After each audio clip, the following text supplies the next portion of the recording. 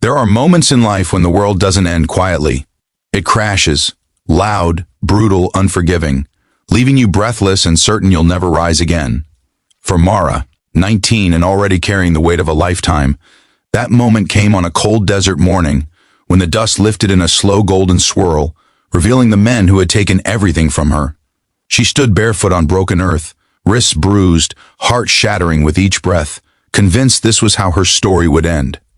But fate has a strange way of speaking, sometimes through thunder, sometimes through strangers, and sometimes through the roar of a motorcycle, and a man who looked like he'd bargained with hell and walked away smiling.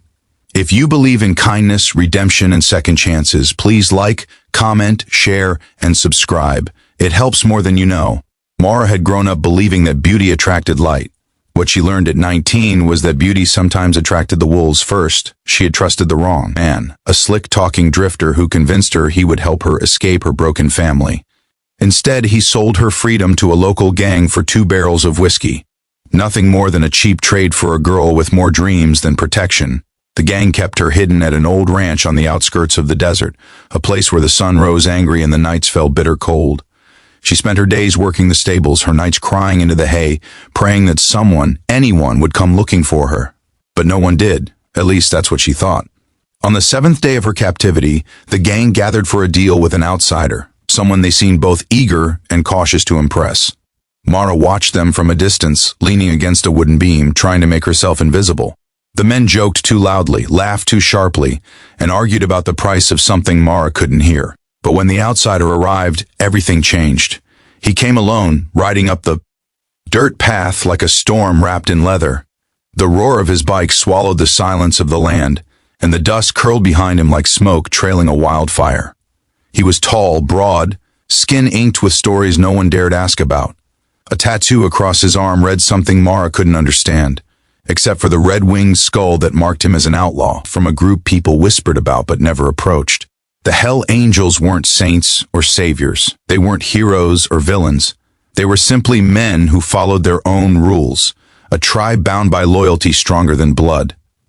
The gang leader walked up to him with a grin Mara recognized, the kind that hid danger behind every tooth. The outsider, however, seemed unimpressed. He stared at the leader, hands steady on his belt, jaw locked in a manner that suggested he wasn't here for negotiation. Mara watched the exchange with silent curiosity, her heartbeat rising for reasons she didn't understand. The outsider didn't talk much. He didn't have to. His presence alone pushed the men around him into nervous fidgeting, like prey realizing the predator wasn't interested in games.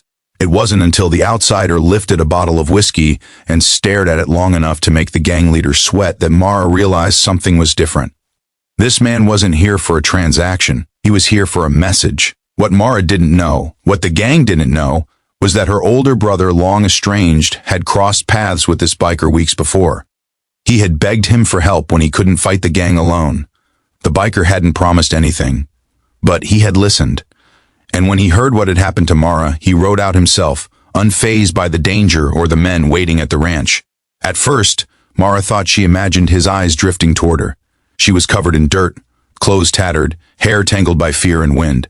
She didn't look like someone worth noticing, much less saving. But the outsider saw her, really saw her, and something in his expression changed, colder and sharper than the metal he carried on his belt. The argument that followed wasn't loud, but it carried weight that twisted the air. The gang leader laughed at first, thinking the outsider wanted whiskey or a trade, but the outsider pointed at Mara, not with a question but with finality, demanding her release. The gang leader sneered, bragging about the 2 barrels of whiskey he had accepted in exchange for her, as if she were nothing, as if she were property.